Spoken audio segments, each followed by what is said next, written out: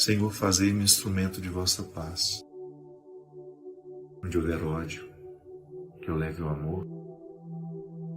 Onde houver ofensa, que eu leve o perdão. Onde houver discórdia, que eu leve a união. Onde houver dúvida. Ó Mestre, fazei que eu procure mais consolar que ser consolado. Compreender que ser compreendido. Amar que ser amado.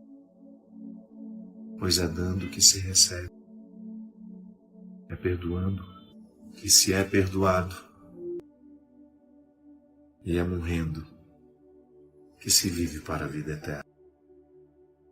Eu abraço todo mundo neste momento, neste espírito franciscano, nessa oração linda, que nos convida a fazer mais pelos outros do que esperamos receber. Neste mundo tão marcado pelo preconceito, pelo ódio, nós ousarmos inflar o nosso corpo de espiritualidade do amor, da misericórdia. A gente inflar o nosso corpo para que ele seja um lugar onde Deus acontece. Um lugar onde a humanidade tenha a feliz oportunidade de ser redimida. Tornar o nosso corpo um lugar onde Deus, um lugar possa ser expressão do amor de Deus pelo mundo afora. Que tal experimentar a dieta da alma? Você já parou para pensar na dieta da alma? Você já, Cristian? Boa noite. Você faz dieta para a alma? Que às vezes nós temos uma preocupação de fazer dietas para a gente emagrecer o corpo, mas a gente se esquece que nós também precisamos fazer as dietas da alma, que é quando você começa a identificar em você elementos que te pesam do seu jeito de ser, do seu temperamento, elementos que vão dificultando o seu relacionamento com os outros. A gente vai se acostumando com esses fardos, com esses pesos, né? No Evangelho de hoje, que a gente escolheu para essa leitura, para a leitura do programa de hoje, a gente fala justamente dessa necessidade que a gente tem de colocar diante de Deus todas as realidades que nos pesam. Porque é ruim ser pesado. Não é nada agradável a gente ser pesado. Se a gente está acima do peso, a gente tem dificuldade de andar com mais destreza, a gente tem dificuldade de subir uma escada. Tudo é mais cansativo quando nós estamos com alguns quilos a mais do que o nosso biotipo pede. Então a pessoa tem 1,70 m, se ela vai entrar lá numa pesquisa de quantos quilos ela deveria ter, ali você sabe quantos quilos a mais você está tendo. E certamente o peso a mais vai dificultar a articulação dos nossos joelhos, os nossos pés. Um corpo que tem 1,70 m não está programado para receber tanto peso. Então a dieta do corpo a gente sabe o que significa. É criar um pouco de vergonha na cara, a gente começar a comer os alimentos mais saudáveis, a gente ter uma atividade física. Mas como é que a gente faz para a gente poder se livrar dos pesos do nosso temperamento, que nos dificultam subir outras escadas? Se o meu corpo pesado me dificulta chegar ao alto de um lugar que eu não consigo chegar porque eu me canso, muitas vezes os pesos da alma também me dificultam chegar no outro, por exemplo. A conviver de maneira saudável, a estabelecer com o outro uma relação amistosa, leve. Então a proposta da Leila é justamente refletir essa arte de ser leve. A gente resgatar valores, por exemplo, como a gentileza.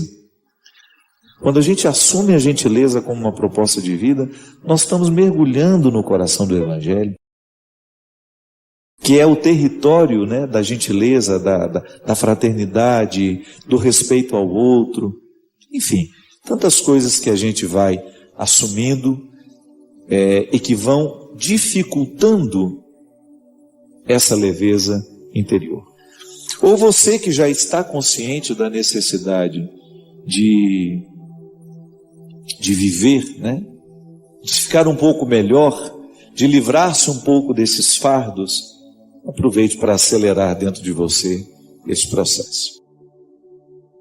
A teologia nos ensina: Deus quer o nosso bem o tempo todo, mas eu preciso dar passos na direção desse bem. Porque senão o querer de Deus não se realiza em mim. O querer de Deus se cumpre na vida humana à medida em que essa vida humana se dispõe à luta. À medida em que essa vida humana caminha na direção deste bem que Deus quer.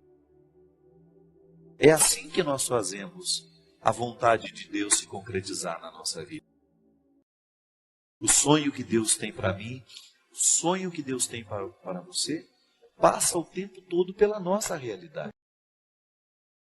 É na nossa realidade que nós vamos dar passos concretos na direção dessa transformação que nós precisamos viver e experimentar. Cuidado. Você que iniciou na sua vida um processo de mudança e de transformação, cuidado.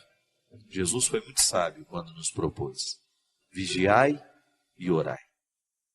Ele falava a respeito da vinda do reino. Mas quem disse que transformar a vida também já não é, de alguma maneira, a gente antecipar a chegada? Hoje, o reino de Deus pode estar presente na história a partir da sua vida. Aquela mudança que você tanto deseja realizar na sua vida, na sua história, antecipa a chegada deste. E é por isso que o nosso estado de alerta nunca cessa, porque há sempre alguma coisa em nós que está precisando passar por uma reforma, por uma transformação. E há sempre alguma coisa em nós que nós precisamos selar com a fidelidade.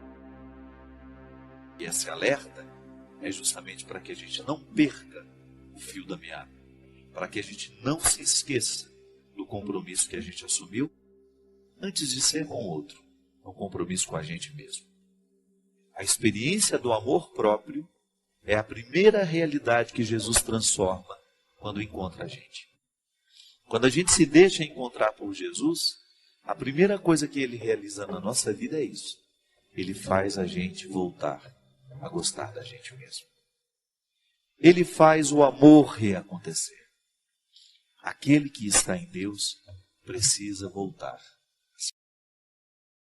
E essa é uma realidade que nós precisamos cultivar todos os dias.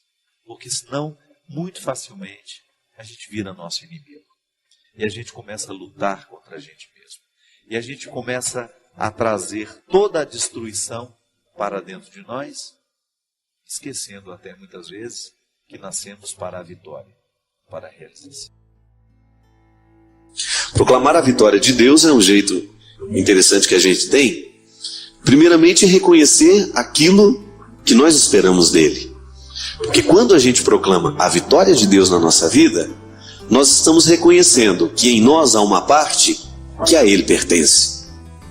Não que nós sejamos esquartejados, não.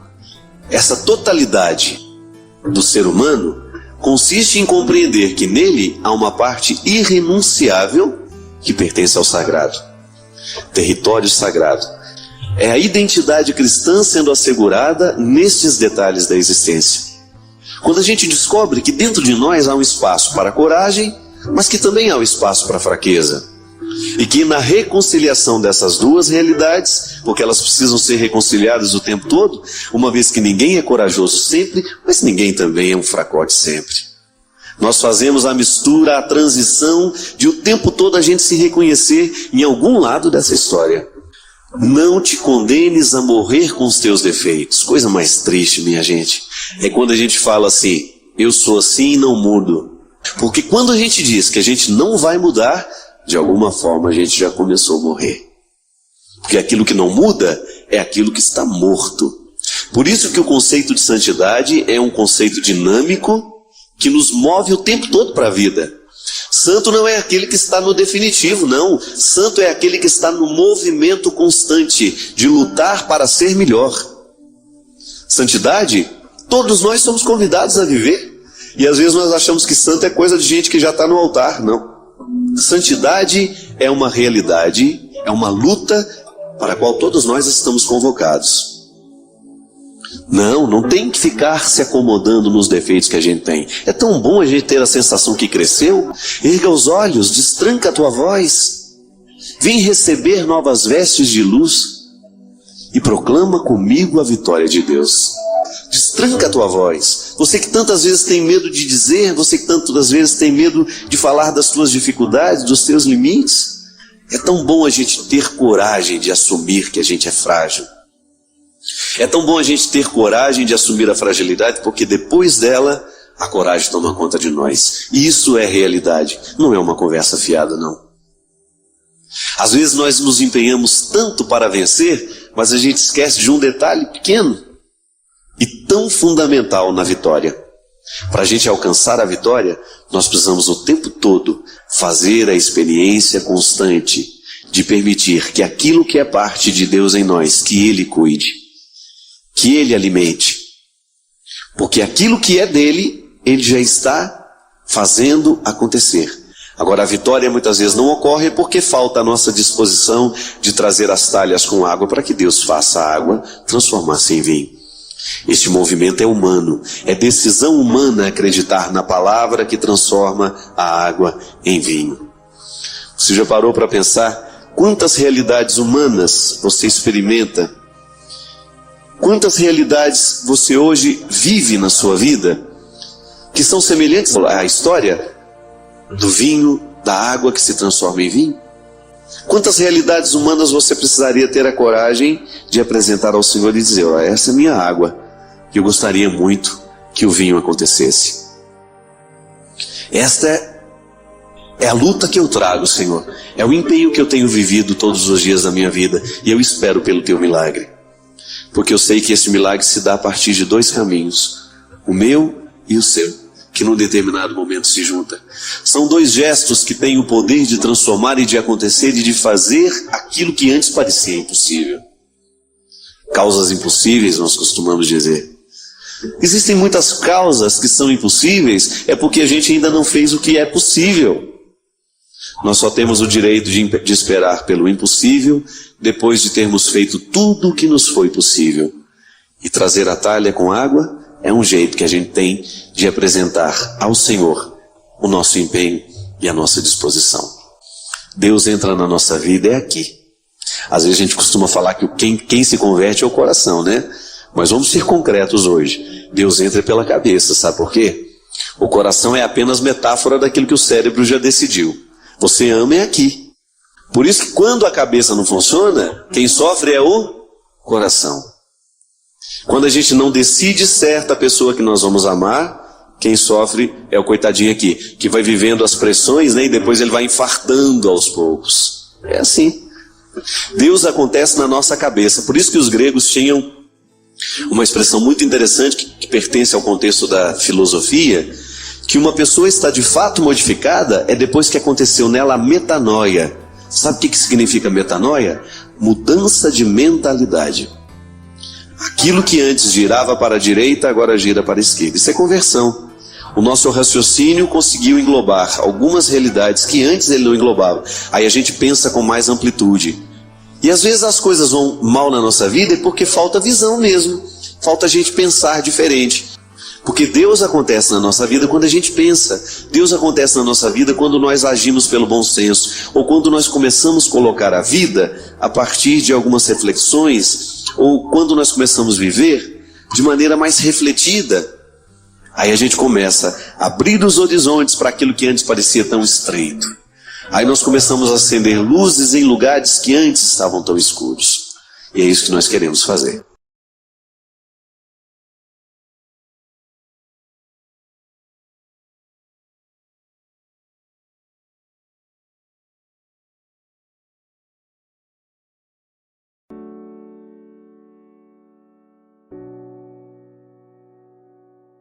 Aliás, uma ilusão que a gente alimenta, que é natural na vida de todos nós, é que as pessoas sejam sempre do jeito que foram em outros tempos da vida, né?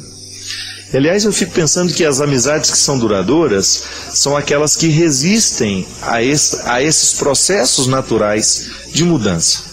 Se vocês tinham uma amizade que foi interrompida e retorna 3 anos depois, é claro que vocês não serão os mesmos. O que a gente precisa fazer, depois de um tempo como esse de distância, é reacomodar aquela pessoa a partir das diferenças que se estabeleceram com o tempo. É natural que a gente modifique. Eu, por exemplo, eu experimento isso o tempo todo, né?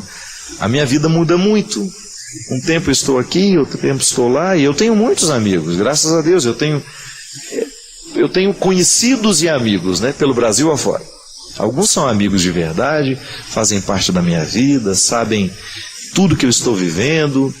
Outros são amigos, mas não são tão íntimos assim. Eu encontro menos, tenho menos oportunidade de partilhar quem eu sou. Outros são conhecidos ou são amigos de outros tempos, de 10, 20 anos atrás, que a gente foi perdendo contato, a vida foi nos distanciando. E é natural que quando a gente se encontre, a gente esteja modificado. E seria uma ilusão a gente pensar que vai estar tudo como era antes. Aliás, é injusto a gente querer que o outro esteja do mesmo jeito.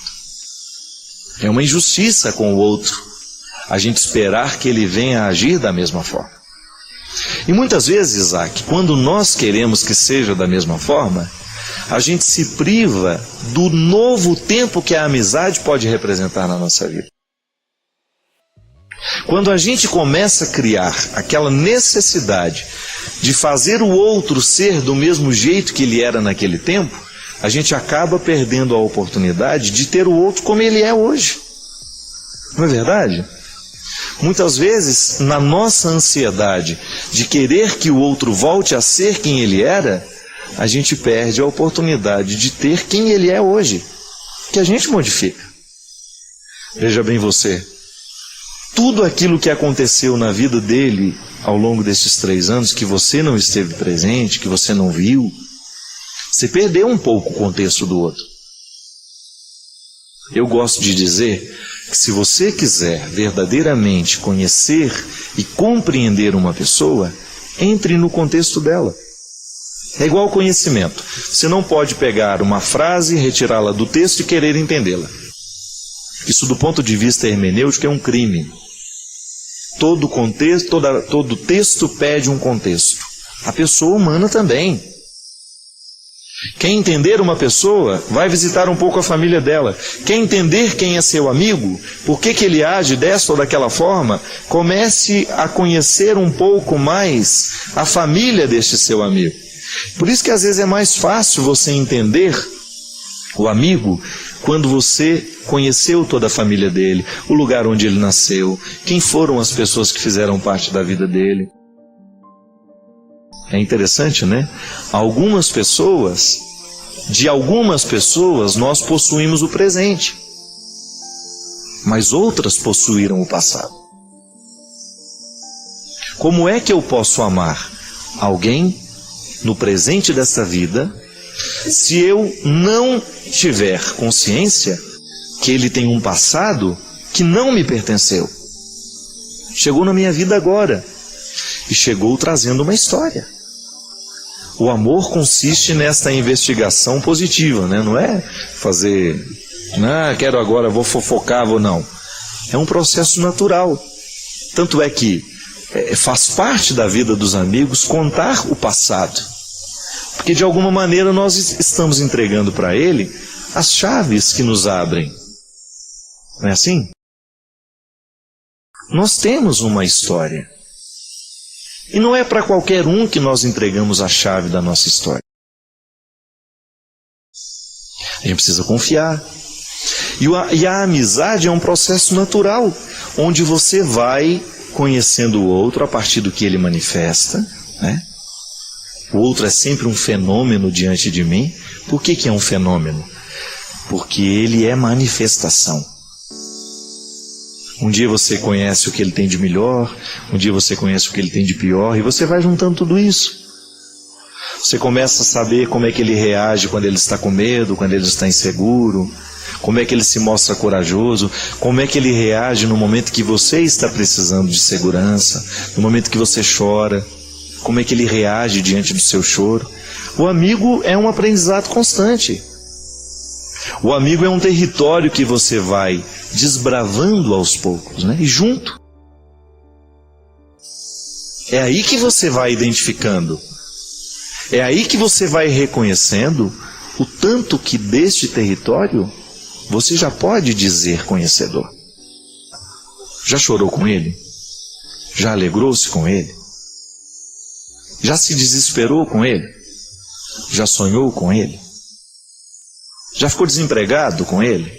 Já teve dinheiro com ele? Já esteve quebrado com ele? Não é assim? São 3 anos, meu amigo. São 3 anos que você ficou fora. E talvez podem ter sido anos que modificaram demais a pessoa. Porque às vezes a vida é assim.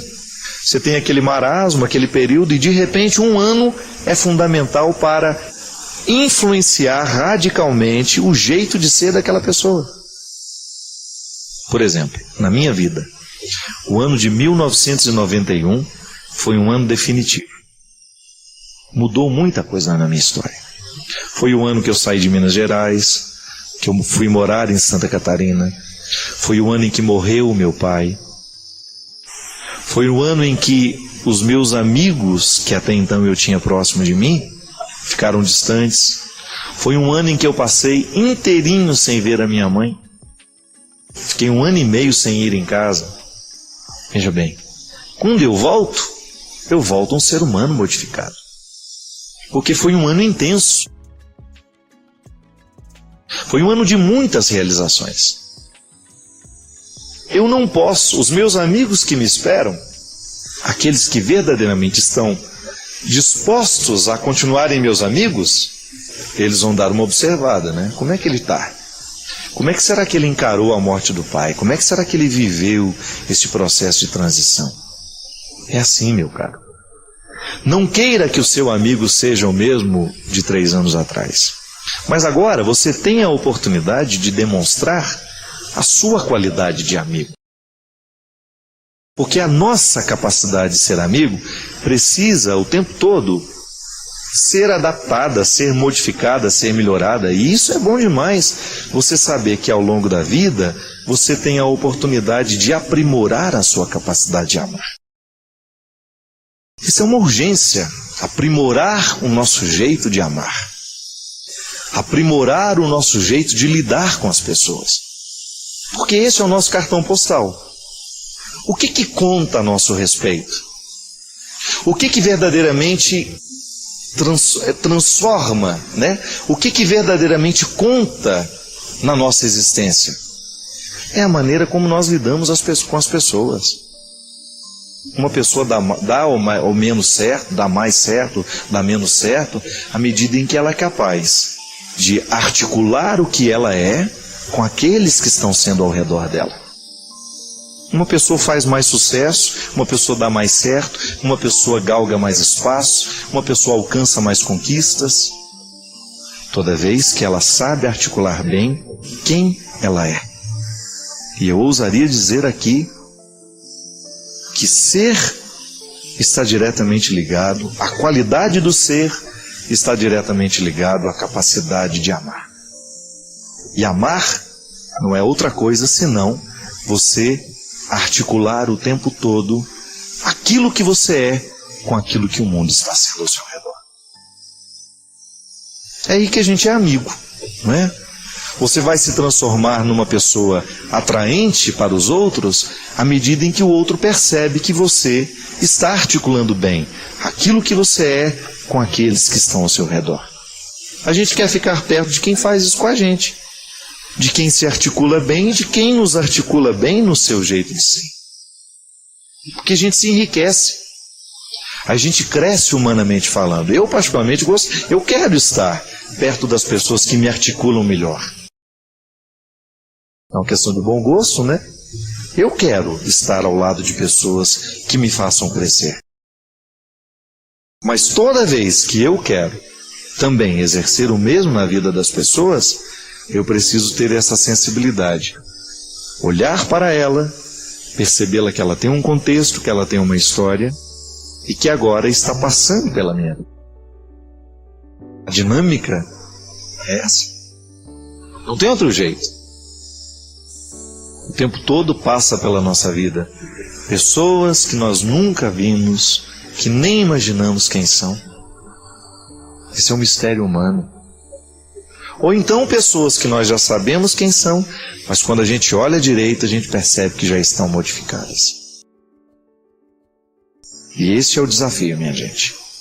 Nós continuarmos estabelecendo esses laços para que eles sejam cada vez mais duradouros. Porque isso faz diferença na nossa vida, Isaac. Quando você sabe que no agora da sua vida, você, graças a Deus, pode contabilizar amigos de 10, 15, 20, 30 anos. Quem tem amigos antigos sabe do que eu estou falando. Quem tem amigos antigos sabe muito bem do que eu estou falando agora. Você saber que existem pessoas que lhe conhecem, que sabem dos seus... Eles são conhecedores da sua história, do seu contexto. Isso é muito rico. E sabe por que eles sabem? É porque eles souberam viver o tempo novo, é porque eles souberam viver as modificações, é porque eles não exigiram que eu fosse quem eu não era mais. É muito ruim quando na vida você percebe que o outro está querendo que você seja quem você não é mais. Mas também é muito gratificante quando você percebe que o outro notou que você está modificado. E mesmo modificado, ele integrou, reacomodou você na vida dele. Aí você se sente seguro. A vida me levou, eu fui modificado pela vida, mas eu ainda continuo podendo voltar no coração de muita gente. Não sei, não posso estar errado, mas eu acho que essa é a riqueza que vale a pena. Mesmo porque todas as outras só têm graça se a gente pode dividir com quem a gente ama. A riqueza que verdadeiramente vale nos dias de hoje é essa.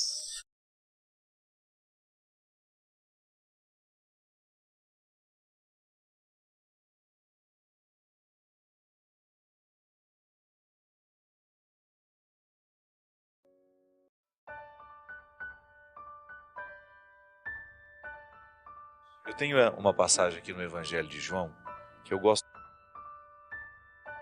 Quando Jesus faz a distinção do servo e dos amigos. Ele diz: como meu Pai me ama, assim também eu vos amo. Permanecei no meu amor, e se observardes os meus mandamentos, permanecereis no meu amor, assim como eu observei o que mandou meu Pai, e permaneço no seu amor. Eu vos disse isso para que a minha alegria esteja em vós, e a vossa alegria seja completa.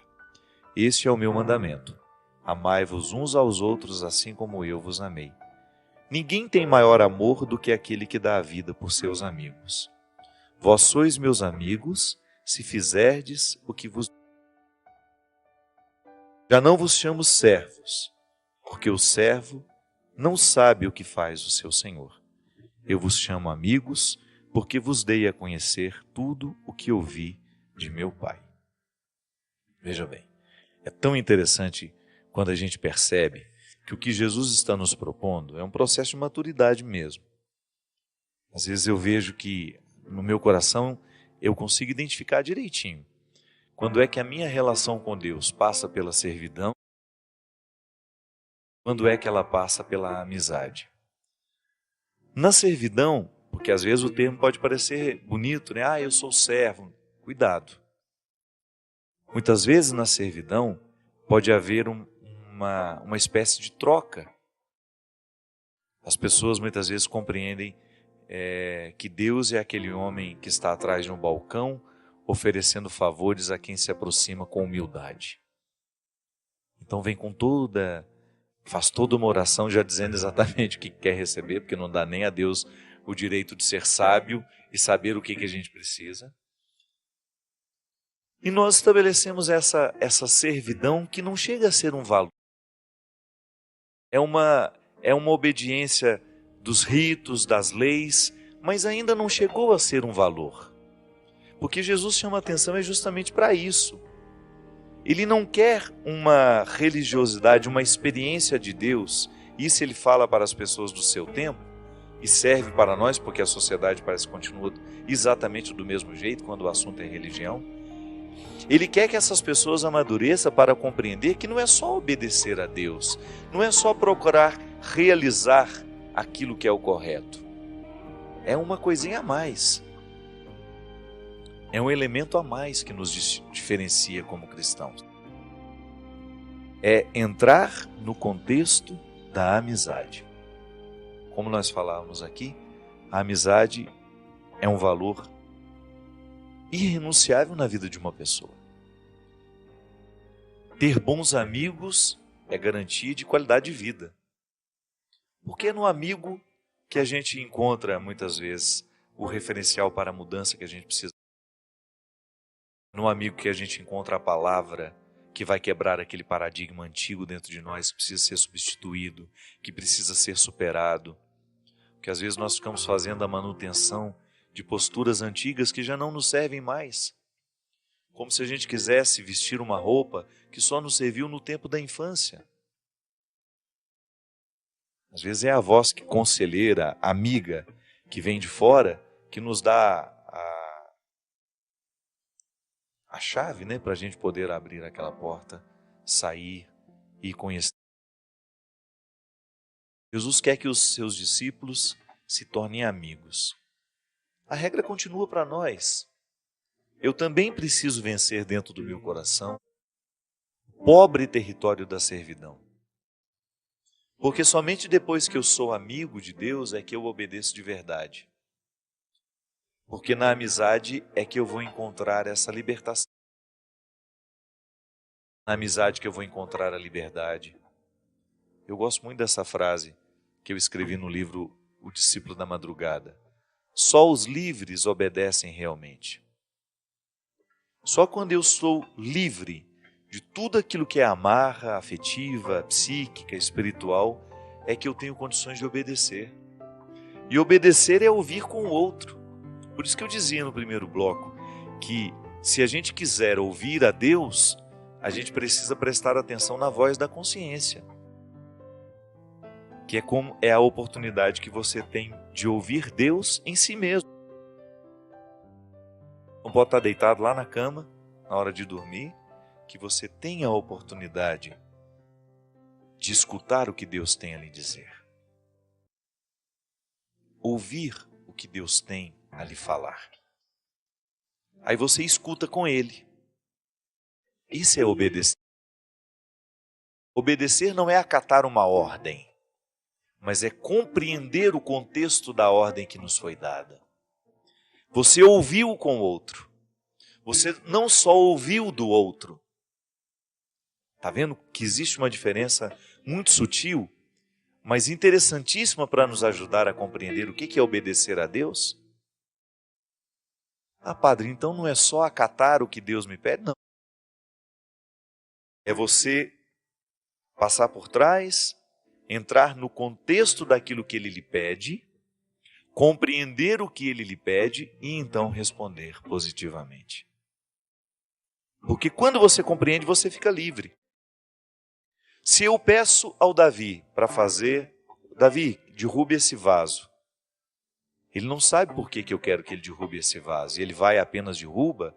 Ele não foi livre para fazer. Ele derrubou o vaso